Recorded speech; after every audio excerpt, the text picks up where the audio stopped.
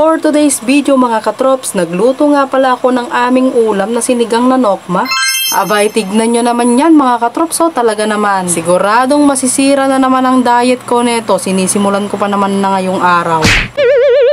So ayun mga katrops, at dahil nga maulan ngayong araw ay masarap nga humigop ng mainit na sabaw. Meron nga ako ditong karne ng manok na nabili namin ng aking manlab sa bayan. Nagkakahalaga nga lang ito ng 150 pesos. So bale, pagka uwi nga namin dito sa bahay mga katrops ay agad ko na nga rin itong nilinisan. At hihiwa-hiwain ko nga lang ito ng maliliit lang para syempre mas dumami.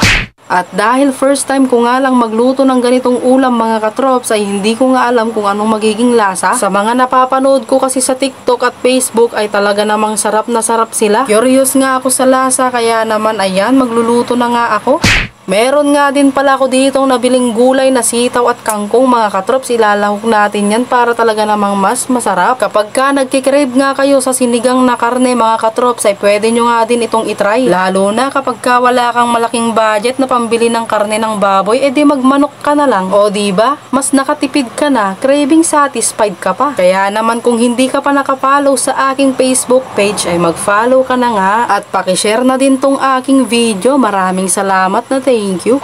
So ayun, nakaready na nga lahat yung ating mga sangkap, kaya naman tara, magluto na tayo. Uunahin ko nga palang mag-isa ng luya, bawang at sibuyas. Pinagsabay-sabay ko na mga katrops dahil wala rin namang mawawala. Abay, maliban na lang talaga kung iba yung pagsasabayin nyo. So ayun, habang nagluluto nga ako mga katrops ay gusto ko nga lang palang i-shoutout yung ating mga katrops na nagpapa-shoutout. Ilalagay ko na lang sa screen yung mga pangalan nila.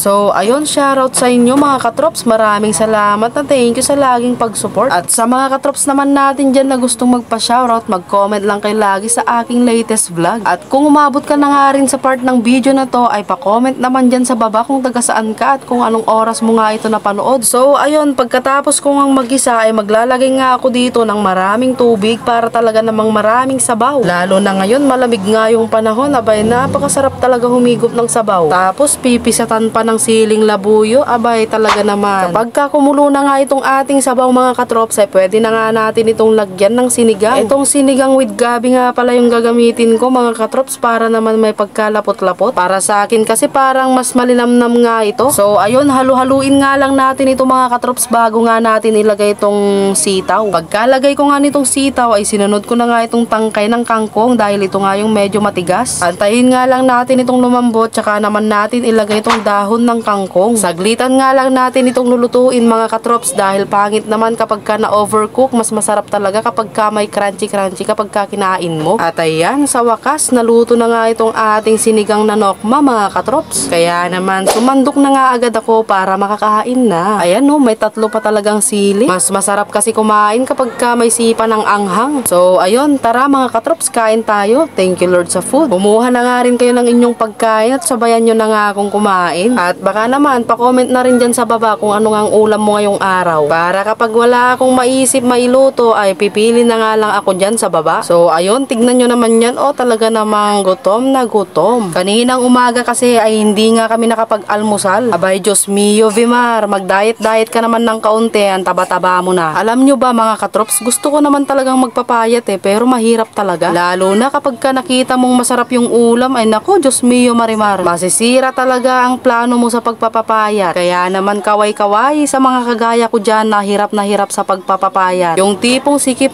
na yung mga damit. So ayun, maglalasbite na nga ako dito sa part na to mga katrops. Huwag nyo palang kalimutang mag-like and share. So paano ba yan? Hanggang dito na lang. Salamat sa panonood. Bye-bye!